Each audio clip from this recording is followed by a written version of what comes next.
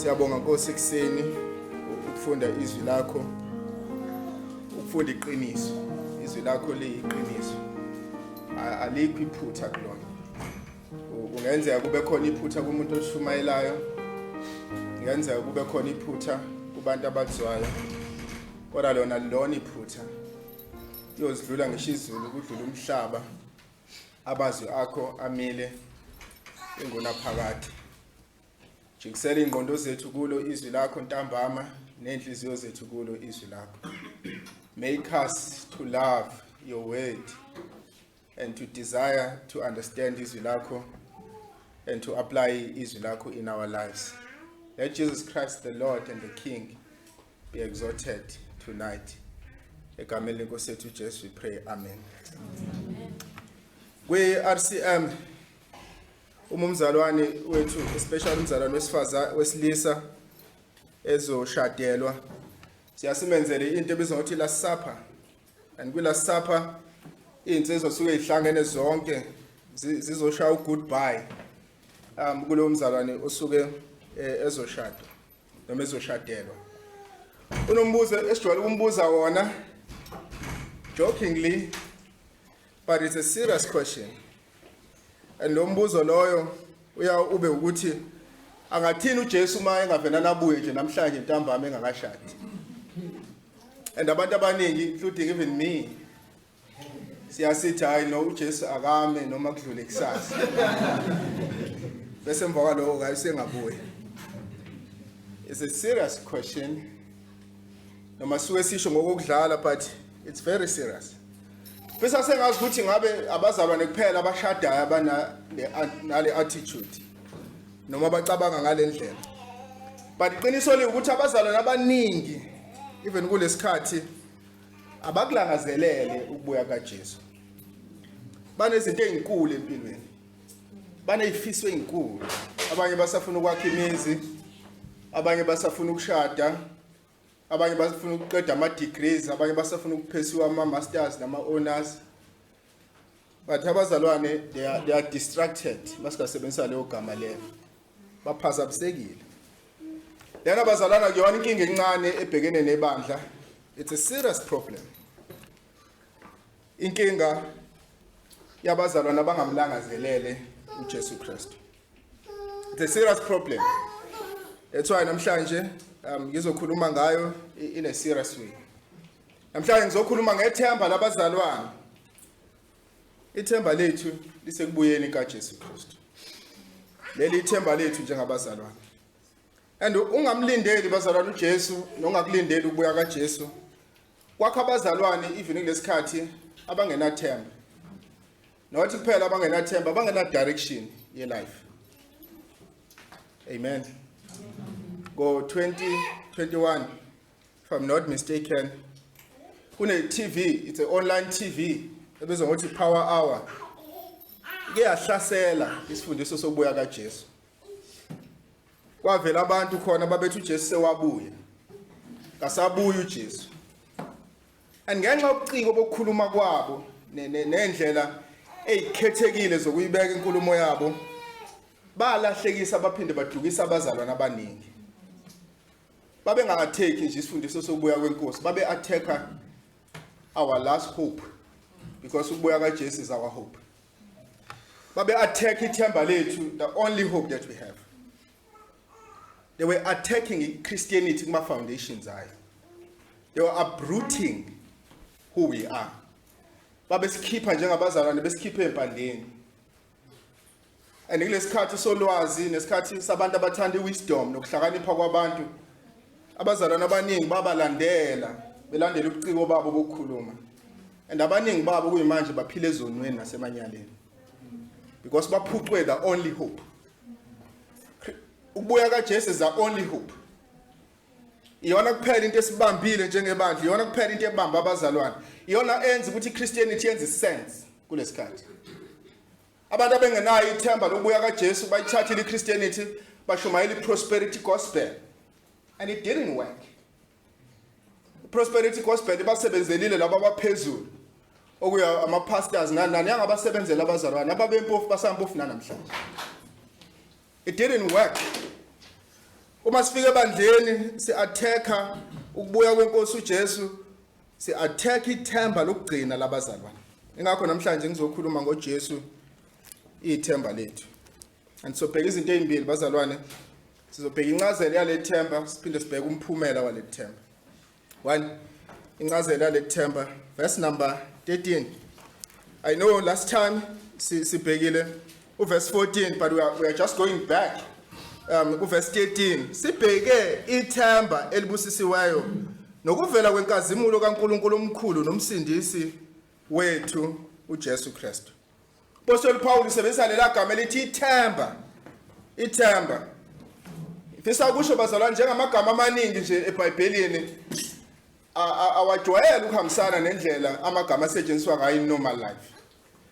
Ithemba ngokwendlela nje ejwayelekile ukuba nesifiso sento ethile ongazi noma izokwenzeka yini noma ngeke iziyenzeke. Ithemba ngokolimo ojwayelekile it's just wishful thinking. Izinto nje oyifisayo kodwa ungazi noma zizokwenzekani. Ngiyathemba ngizovuka kusasa, ngiyathemba ngizothola umsebenzi. But masikhuluma ngethemba labazalwane, sikhuluma ngento abazalwane baqiniseke ngayo ngoba uNkulunkulu ongawaqamba amange bathembiseyo. Into esazi na kanjani ukuthi izokwenzeka. Akusiwa ama wishful thinking. Akuyona into esifisayo ukuthi sengazi ukuthi ingenzeka. Into esazi ukuthi izokwenzeka ngoba uNkulunkulu uthe izokwenzeka. Ukuze kube khona ithemba kumele kube khona othembisayo, kumele kube khona isethembiso. So masithi sinethemba sisho ukuthi uNkulunkulu ongawaqamba manga uyena othembisile and usinikeza izethembiso zakhe and njengebandla simeke izethembiso zakhe uNkulunkulu. Sike sayibona indoda ima ezithembisweni zikaNkulunkulu ebizwa ngokuthi uAbraham, but later on umpostoli Paul uyayikhotha indaba kaAbraham kwiRomans chapter number 4 verse 18 owathi kungekho ithemba mina ngwangekho into angabambelela kuyona wakholwa ethembeni ukuze abe nguyise wezizwe eziningi njengalokhu okwashiwo ukuthi yebo yoba njalo inzalo yakho engabanga buthakathaka ekukholweni wabona umzimba wakhe ubusufa eneminyaka engaba ngeyikhulu nesizalo sikaSara sifile akangabazanga ngesithembiso sikaNkulunkulu ngokungakholwa kodwa waqina ekholweni enika uNkulunkulu udumo eqinisekile ukuthi lokhu akwethembisile unamandla nokukwenza ngalokho ke kwabalelwa yena ukuthi kungukulunga kepha akulotshwanga ngenxa yakhe yedwa ukuthi kwabalelwa yena kodwa ngenxa yethu. So there was no hope. Yonke into ongayibheka physical ne tangible yayikade ingasekho kodwa uAbraham wathini uthembekile yena wethembisile wabambelela kuzethembiso zikaNkulunkulu. Futhi ukuchaza ukuthi liyini ithemba labazalwane. 1, siqiniseka kulezo zinto uNkulunkulu ayishilo kulezo zethembiso zikaNkulunkulu. But wesibili singabheka ngale themba ukuthi ithemba labazalwane likwi-future. Likwi-future. Aliko kumanje. It's not present. It's in the future. That's why Apostle Paul mayiqala leli verse ku verse number 13 uthini? Sibhekile ithemba. We are looking forward to it. It's not now. Sibheke kulona ithemba. Akuyona into esiyibonayo njengamanje, into esiyibukayo ngamehlo okukholwa. Romans chapter 8 verse 24 uthi ngokuba ethembeni sisindisiwe. Kepha ithemba libonwayo alisili ithemba. Ngokuba lokhu umuntu akubonayo usakwethembelana na. Verse 25 kodwa uma sethemba lokho esingakuboniyo sikulindela ngokubekezela. Ithemba labazalwane it's in the future, it's not now. It's not here. Ikuleza zinto uNkulunkulu azethembisile. So mawufika wena utshela abazalwane ukuthi ayisekho ifuture, everything is here in the present, you are upsetting the Christian hope. Ulimazi ithemba labazalwane. Ithemba lethu lifuture. Abazalwane kunezinto uNkulunkulu abathembisile, lezo zinto lezo abathembise zona zisazokwenzeka. Izinto ezingakenzeki, izinto esibuka kuzona, izinto esiyilangazelele, izinto esibheka kuzo ngamehlo okukholwa. Fisa ukusho bazalwane ukuthi bekhona abazalwane sebeyitshelile ukuthi kuphelela la malana ukuphila. That's why izinto zingasahambanga ngendlela yakho uthi ayisekho into engayiphilela ngoba ayikho into meaningful kumina emhlabeni. Mfisa uzontshela bazalwane akupheleli la maqondana okuphila. There are things that we are hoping for. Kunezinto uNkulunkulu asithembise zona and lezo zinto lezo azikho manje, izinto ezikwi future. Ithemba labazalwane, that is number 3. Lingu Jesu Kristu uqobo. Our hope is Jesus Christ. Buka indlela uPaul Paul ayiveza ngayo. Sibheke ithemba elibusisiweyo. Yini lethemba elibusisiweyo? Nokuvela kwenkazimulo kaNkulunkulu omkhulu nomsindisi wethu Jesu Kristu. This hope that we are looking forward to, lethemba lelo silindele nesilibhekile ukubuya kaJesu Kristu enkazimulweni. Ukubuya kaJesu Kristu enkazimulweni. We are looking forward to Jesus Christ. Ukwambulwa kaJesu. Kubili esikubona kuTitus 2 okwambuliwe noma ukubonakalisiwe. Kuverse 11 masikabuka nje kancane verse 11 uthi ngokuba umusa kaNkulunkulu ukusindisa ubonakaliswa kubantu konke. So umusa kaNkulunkulu usubonakalisiwe and umusa kaNkulunkulu ubonakaliswe ekufikeni kokuqala kaJesu. When Jesus came ukuzofela izono zabantu, umusa kaNkulunkulu was revealed. So that is referring to the first coming kaJesu. But there is the second coming kaJesu. Noma kunokubuya okwesibili kaJesu. Then verse number 13 asakhulume ngalokubuya kokuqala kaJesu. Usekhuluma ngokubuya kwesibili kaJesu. Ukubuya kaJesu enkazimuleni, ubuya kaJesu Kristu njengenkosi, ubuya kaJesu Kristu inkazimulo yakhe yambuliwe kubantu bonke, ubuya kaJesu Kristu njengenoNkulunkulu ezemhlabeni, ubuya kaJesu as king. Weza ngokuqala kuverse number 11 ethotshisiwe ethabatha isimo senqeko kodwa uyabuya ngokwesibili ebuya njengoNkulunkulu nenkazimulo yakhe yambuliwe kubantu bonke. Weza kokuqala ezela ukuzofela abantu noma kuzohlawulela icala labantu ezonweni, uyeza kwesibili ukuzophelelisa insindiso.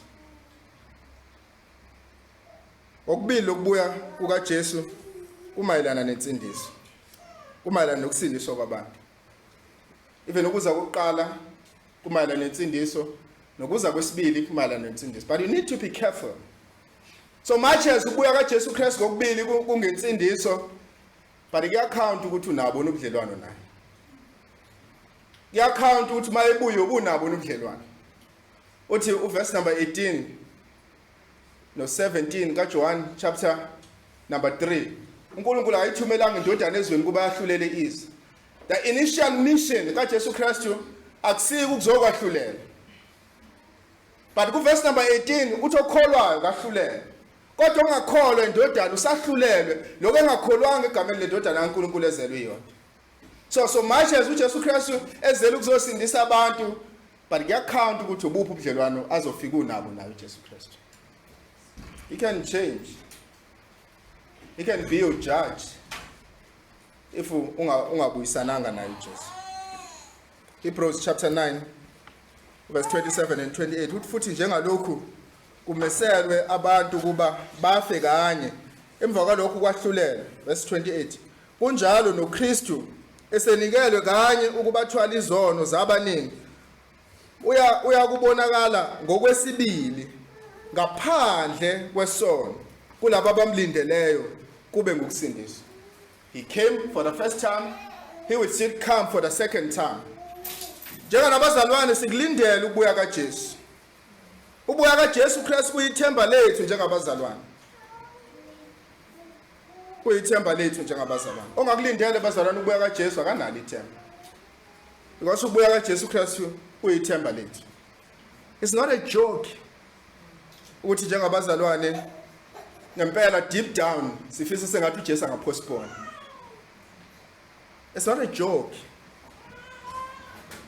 It's a spiritual digression. Ukuwa kwezikamoya.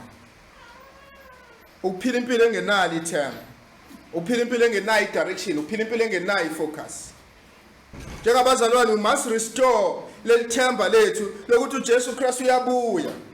And mayebuya abazalwane ubuya kwakhe kobe ku physical. Uyobuya abonwe ngabantu. Ngakho ethi sibheke nokuvela kwenkazimo.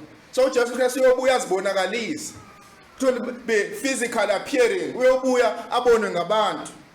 Izenzo chapter 1 verse 9 and to 11 uthi kwathi eseshilo lokho wakhushulwa bebuka ifu lamsusa emehlweni abo bathi besagqolozela ezulwini emuka bheka amadoda amabili ayemi kubo embethe izingubo ezimhlophe athi madoda aseGalile nimeleni nibheke ezulwini na uJesu lo osuswe kini enyuselwe ezulwini uyakuza kanje njengalokhu nimbonile ezulwini.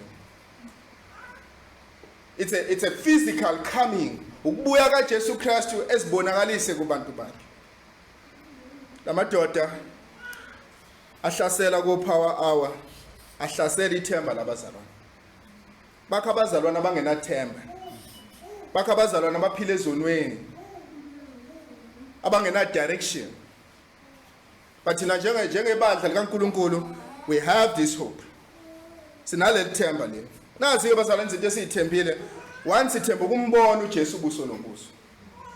Sithemba ukumbona uJesu. Uthi 1 John chapter 3 uverse number 2 bathandekayo manje singabantwana bakaNkulunkulu kepha kabonakale siyakuba yikho. Siyazi ukuthi nxa ebonakaliswa siyakumbona siyakuba njengaye ngokuba siyakumbona njengalokho enjalo. Sibheka ukumbona uJesu Kristu. Sibheka ukumbona njengalokho enjalo uJesu Kristu. La khona ukukholwa kwethu kuyophenduka kuba ukubona. La khona kuyogcwaliseka yonke into esikholiwe ngoJesu Kristu. Silinda ukuthi ambulwe uJesu Kristu. How can we survive? Usurvive kanjani umzalwane ongasena ndaba nokubona uJesu? Ongasazi noma uyombona uJesu ngoba kuthiwa uJesu wabuya. Manje the only thing esisikholwa is spiritual. Asawuphinde simbone uJesu ngamehlo. But njengebandla likaNkulunkulu sithemba ukumbona futhi uJesu Kristu. But okwesibili nale linye ithemba lethu sithembe ngisho ukukhululwa ezonweni uthi ngelanga uJesu Kristu siyombona ngalo siyokhululwa ezonweni. We are groaning ngaphakathi thina silangazelele lolo suku lolo la khona siyokhululwa emzimbeni wesono. Oh, we are hoping for that day la khona siyokhululwa kulomzimba osalangazelela isono osafuna isono. Ngisho usuhlohla amavesi wonke owakwafunda eBhayibhelini ufuna isono futhi. Silangazelela ukukhululwa kulomzimba ofuna isono. Ngakho uJohn engabonakali esiyakuba yikho. Kodwa siyazi ukuthi make wabonakalisa uJesu Kristu siyophenduka sibe njengaye. Silindelele lo langa lelo la siyofana khona noJesu Kristu. Siyothi masimbona nje bese reflection yokumbona isenze lathi sibe njengaye uJesu. We are hoping for that day. Siyophenduka ngempela sibe ngamadodana kaNkulunkulu. I don't know if they believe they've seen Jesus and they are like Jesus. I don't know. Noma basangabantu kodwa bambona uJesu bangafana naye. But iBhayibheli lithi sasindiswa, siyakusindiswa, siyasindiswa manje siyosindiswa futhi. Isalvation yethu inama aspects amathathu. Khona le past orifika kuyona uthi ngo2010 ngasindiswa. Khona le present eyenzeka nsuku zonke uguqulwa kwakho ufane noJesu. Khona nekwi future esilindele. Engakho Philip chapter 1 verse 6 athi uMapostle Paul ngethembile ngempela yona lonke ukuthi owaqala umsebenzi omuhle kunina uyakufeza kuze kube lusuku likaKristu. We are hoping for this continuous salvation eyopheleliswe kubuyeni kaJesu Kristu. Sasindiswe siqale ekusweni sesono, sasindiswe emandleni esono, meaning isono sabusi phezukwethu. Kodwa siyazi ukuthi kuthina sisakhona isono, siyosindiswa even ebukhoneni besono. La khona isono siyosuswa kwangempela singaphinde si-exist empilweni zabantu. We are hoping for that day. And the Bible lithi sekubuyeni kaJesu. Uthi uMapostle Paul usuku likaKristu lo. Usuku likaKristu, lo usuku lo salindile usuku likaKristu. Singasho kanjani lesuku selifikile kusana nodosi lwesono umkhiza bekhuluma ngalo. Sisatinyelwa ukufa sisafa njengabazalwane. Lufike kanjani lo suku lo? But we are hoping for a day la khona njengabazalwane singasayi ukufa ngisho ukufa singasosilangazelela ngisho usilangazelela isono.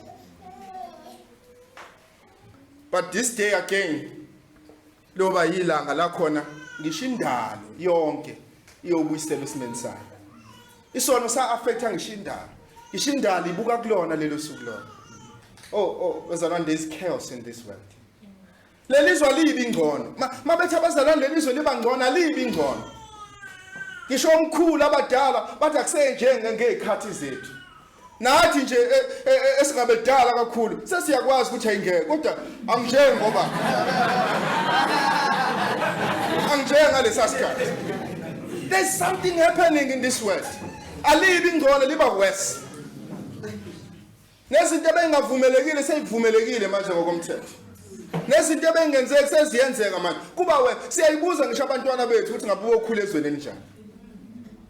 But we are hoping for that day la khona ngisho umhlaba wonke uyo restore khona. There will be peace in this world. There will be justice. Kuleli izwe kuyoba khona ukuthula, kuyoba khona irighteousness. The righteousness of God will rule in this world. So we are hoping for that day. I don't know. Noma sebe experience lokho emakhaya. Mina ngeke experience noma ngihleli nomngane. Lokulunga noma ngihleli nengane zami sivalele sodwa endlini. Are they think ukuthi sebefikile kulelo langa lelo? I don't know. But again, silindele ukubusa kanye noJesu. uJesu Kristu uyokwehleza emhlabeni azobusa, nathi siyobusa kanye naye uJesu. Ebazalwane ngabe ulimazile ithemba lami, ungangitsheli ngeke ngibuse noJesu.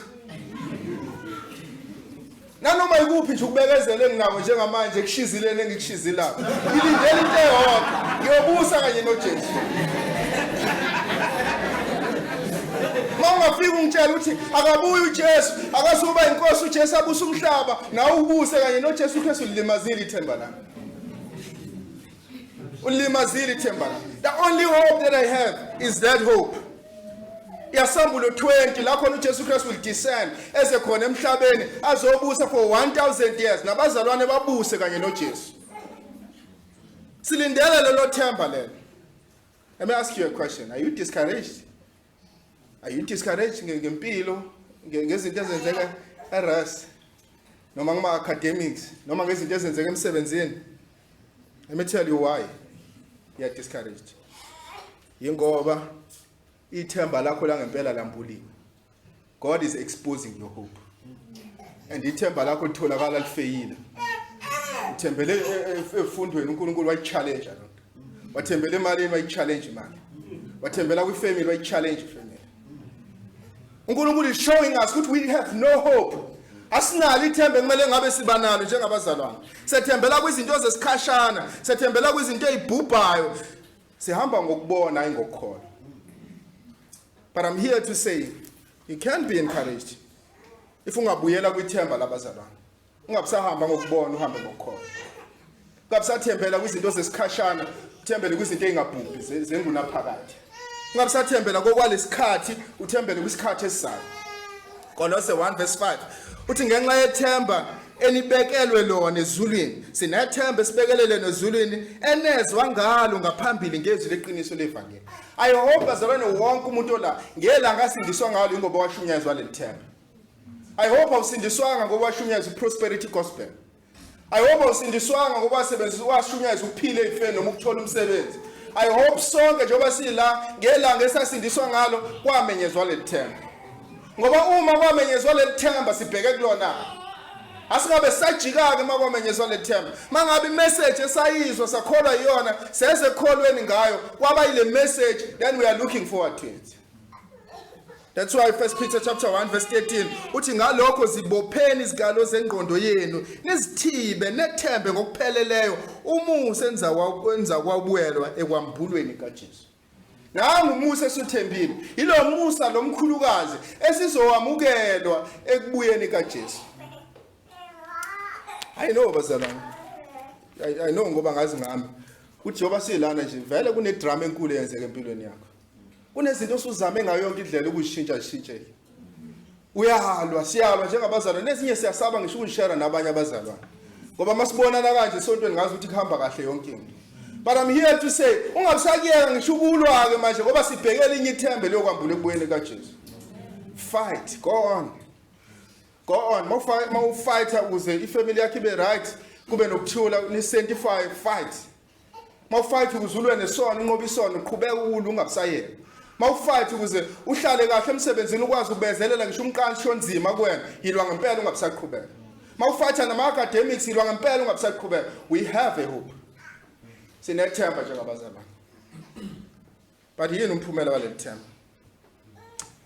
One of the Q&As khona umzalwane wathi, but sithini ngalabazalwane ngempela abanjengobaba uZondo nabanye abamotivate abazalwane. Ba motivate sithini ngoba khona umuntu othi impilo yami yakhiwe uZondo noma impilo yami yakhiwe usibandana. Then we said kubona kahle njengabazalwane sinayo motivation. Good sometimes abazalwane akuyona labayifunayo. Na kwi counseling uyambona nje masumtshelisa ukuthi akalifuni lizwe. Wakomthetho ufuna umtshele enye into. But we have to say I care ukuthi udlula kwini, but let me share with you the word of God. And you can see in the eyes. Abikhona enye into unganginikeza yona ngale kwezi. Omunye uthi ungangibamba ngamavesi. But we have hope. And let themba leli kunomsebenzi eliwenzayo empilweni zethu. It's working. Ithemba elisebenzayo liyayishintsha impilo zethu. Umuntu onalethemba akafana. Ithemba leli motivation. Li-motivation yabazalwane. Ilona ithemba lesimisile njengabazalwane. Ilona ithemba lesiqhubayo njengabazalwane. One, lethemba ilona elenza ukuthi abazalwane baphilele uNkulunkulu, baphile ungcwele. That is a point. I'm always reminding you. Apostle Paul uthi into ezokwenza uphile njengomzalwane, that is Tito chapter 2. Into ezokwenza ukuthi uphile njengomzalwane ukuthi wazi past yakho and wazi future yakho. Ukuthi ubuke kwi-past, uJesu Kristu ekuhlenga, ewumhlengi, eyinikela ngenxa yakho, that is your past. And then ubuke kwi-future, kwinkazimulo kaNkulunkulu ezayo. That is the biggest motivation. Into ezosiqhuphuzela njengabazalwane ukuphilela uNkulunkulu, because there is a point kaTito chapter number 2. That's why verse 15 ethi khuluma lokhu uyala ukhuze ngamandla onke ungadelela umuntu, zifundise lezi zinto kubazalwane, bafundise abesifazane amadoda amadala, bafundise abesifazane abadala, bafundise abesifazane abasha, ubasifundise abesilisa abasha indlela yokuphila, bafundise lezi zinto kuverse 1 kuya kuverse number 10. But yini ezoba motivate ukuthi baphile ngalendlela? Ukuba nethemba lenkazimulo. Ukuba nethemba lenkazimulo. Leli themba likwi future but lishintsha impilo yethu manje. Alikho manje lona likwi future. Even First John chapter number 3 verse 3 uthi kade ku verse number 2 ekhulumile ngethemba, but ku verse number 3 athi bonke abanalo leli themba kuye bazihlambulula njengoba yena ehlambulukile. It's working. Leli themba leli sanctify impilo zethu njengamanje. Likwi future bona, but laba abanalo ke leli themba le future bayingcwelisa namhlanje. Njengoba sikhuluma nje. Baphila impilo ezikhozisa uNkulunkulu namhlanje. Kumbula ngelinye ilanga sabancane, very young, wamenyezelwa ngasekhaya ukuthi uzofika uzwele imkhizi eclinic la ngasekhaya. Ngaze ngibona umuntu elungiselelwa kanje empilweni yami yonke.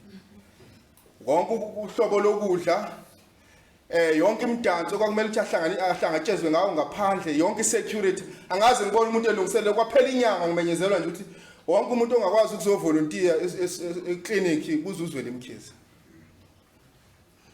Big people mabezofika balungiselelwa. There should be a cleaning up.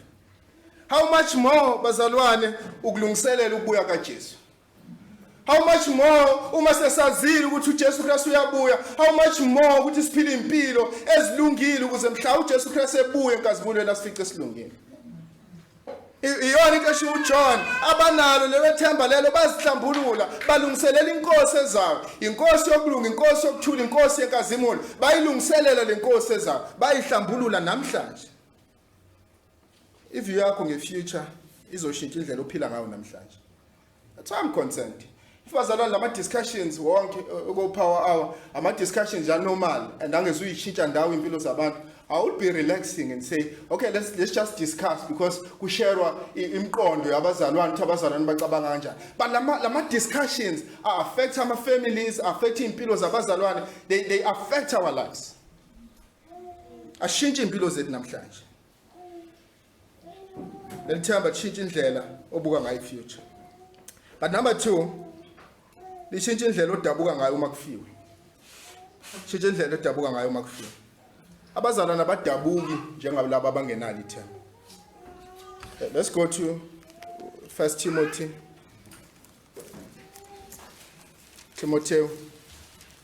Thessalonians. It's Thessalonians. Baba said Thessalonica, chapter number 4. Verse 13. Apostle Paul, kepha sithandi bazalwane ukuba ningabi nakwazi ngabalalayo. So asithandi ukuba ningazi ngefuture, asithandi ukuba ningazi ngokuthi kwenzakalani kulabo abafayo. Why Apostle Paul engathandi ukuthi bangazi abazalwane? Ukuze ningadabuki njengabanye abangenathemba.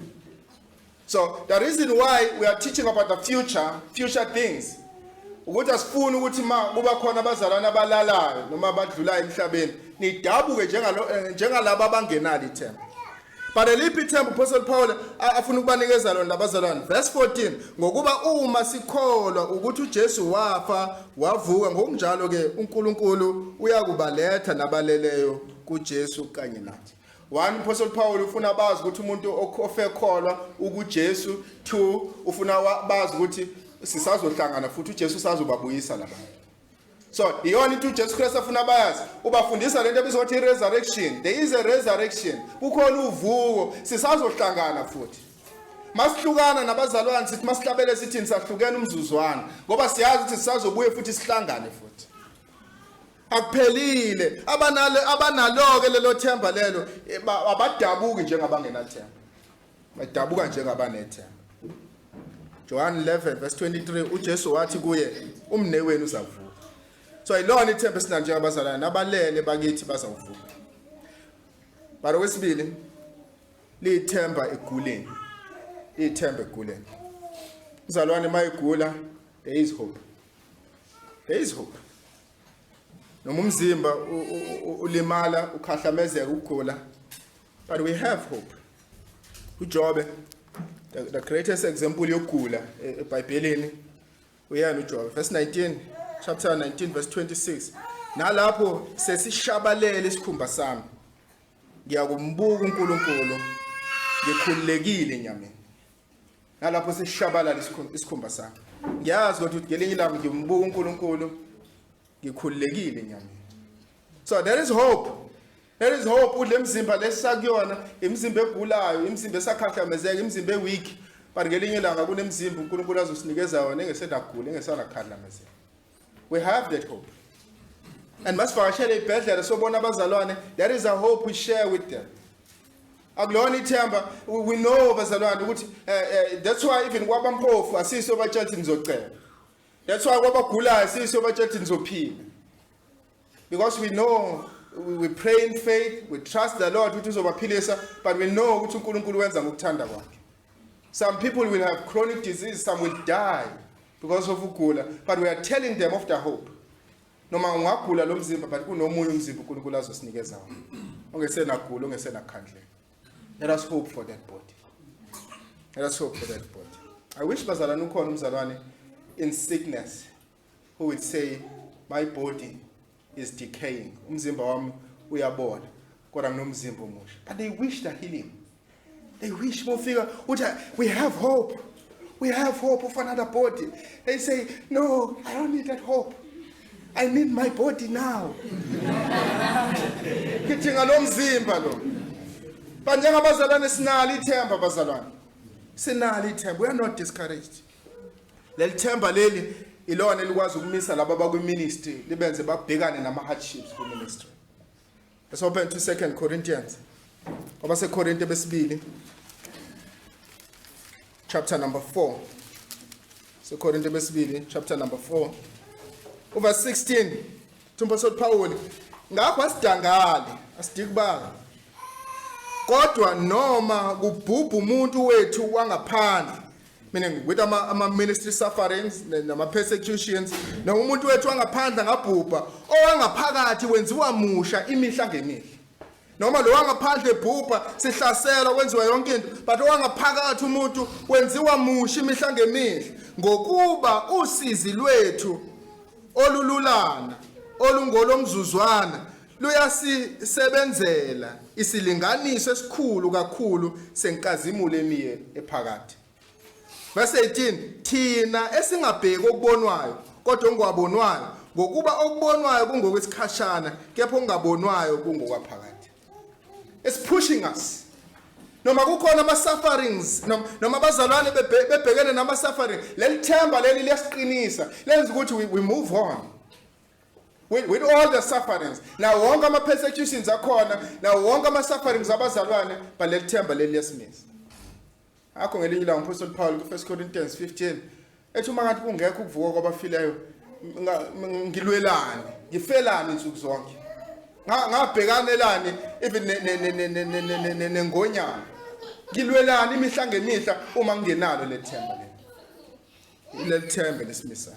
Lethemba elisiqhubayo. Qiniso bazalwane ukuthi kunzima ukuphila. Kunzima ukuphila impilo yobuKhristu, especially uma ungenalo lethemba. Actually, by looking at these things, kuzona eziyama motivation, singaconclude ukuthi angeke ukwazi ukuyiphila impilo egodli uma ungenalo lethemba. Angeke uzukwazi ukuyiphila impilo egodli. Ayikho motivation enough. Ufana nemoto engenawo petrol. Ayikho motivation enough engakwazi ukukuphusha ukuthi ungaphila le ndlela. Kunzima, spiritual life sinzima. Kunzima ukubalekela isono. Kunzima ukuphila impilo engcwele. If ungenalo lethemba, you don't have a motivation. Awunayo impilo enough. Noma unayo motivation enough engakuqhuba ukuthi ungakwazi ukuphila ngale ndlela. Angeke ukwazi ukubhekana nokufa njengalabo abanethemba. Angeke ukwazi even ukuma kwiministry njengalabo abanethemba. You will collapse. Liyini ithemba lakho? Liyini ithemba lakho? I know bazalwane sonke sothi ithemba lethu uJesu. If we are being asked sothi ithemba lethu uJesu. But impilo izose-expose. Izosambula ukuthi ngempela ngabe ithemba lethu yena noJesu. Njengalabo basendulo. Ngizele ukuncenga bazalwane, young as you are, ukuthi ningaba naleli themba kube lona ithemba leniphushayo. And ngizele ukuzoncenga bazalwane, ningathembeli entweni ezibhubhayo neziphelayo. Ningathembeli engcebeni yesikhashana. Ningathembeli entweni zalesikhashana. Thembelani kwithemba elizayo elokwambula kwenkazimulo kaNkulunkulu umsindisi noJesu Kristu. Sibukene kubuyeni kaJesu. Ngempela kuhle masithi uJesu asimlindele namhlanje uma sihlala ngempela. But uma singadlali, you need to change that. Kumele simbheke uJesu Kristu. Kumele simlangazelele uJesu Kristu. Kumele sithandaze njengalabo basendulo sithi buya Nkosi, buya Nkosi. Bengingebe Nkosi namhlanje. Ngelinye ilanga noma kubuya ngisho ugesi, you need to say is that time. Abe sekuyisona lesikhathi sokubuya kweNkosi. Kumele sibingelelane ngalo ndlela leyo, buya Nkosi uJesu. Buya Nkosi uJesu. Abendulo babecabanga ukuthi kuyinamhlanje. But abanamhlanje bacabanga ukuthi ayingeke kwazi ukwenzeka namhlanje. Kusazoba isikhathi esizayo. But bazalwane, we need to say it's today. Ngoba ngempela ithemba lethu ukuthi ngaba yinamhlanje. uJesu Kristu angabuya namhlanje. And angimele simelane nalokho. Kumele sithi buya Nkosi uJesu. Uthi Edward ufisa ukuphila sengazi ukuthi ngaba ilelo langa lakho uJesu ebuya khona. Ufisa ukuphila impilo uJesu ayomfica iphila. So uma senalo understanding leyo ukuthi uJesu Kristu uzobuya and angabuya noma inini, kumele sisho njalo nathi le mpilo engifuna ukuyiphila namhlanje ile ngifisa ukuthi uJesu angifice ngiyiphila. Akumele sibe laba abazumekayo, akumele usume ukuya kaJesu ngoba sikulindanga, kodwa kumele sibe laba abakulindele ukubuya kaJesu ngoba ilona themba lethu. Uma uJesu engabuye liphi linye ithemba esinalo? Eyiphi into esiphusha, eyiphi into esiguguzelayo? So let us hope for the coming of Jesus Christ. Let us pray. Siyabonga uNkulunkulu wethu ongcwele ukusinikeza ithemba eliphilileyo. The blessed hope, because this is the hope that will come with blessings. Ithemba liyoza nezibusiso, liyoza nokuvuka kwemzimba, liyoza nokubusa kukaJesu Kristu emhlabeni, nokubusa kwabazalwane, liyoza nokunqotshwa kwesono. Oh Lord, we are looking forward to that hope. Even those who are discouraged namhlanje, uNkulunkulu wethu engcwele vuselela ithemba labo, ubenze uNkulunkulu wethu engcwele bathembe ekubuyeni kwenkosi yethu uJesu nakwinkazimulo ezakwambula ekubuyeni kwenkosi uJesu. Laba abakhona la kanye nathi inkosi abangakholiwe uJesu, they have no hope. But we are praying today ukuthi mabephuma baphume benethemba ngoba banikelile impilo zabo kuJesu Kristu oyinkosi nomsindisi. We pray in Jesus' name. Amen.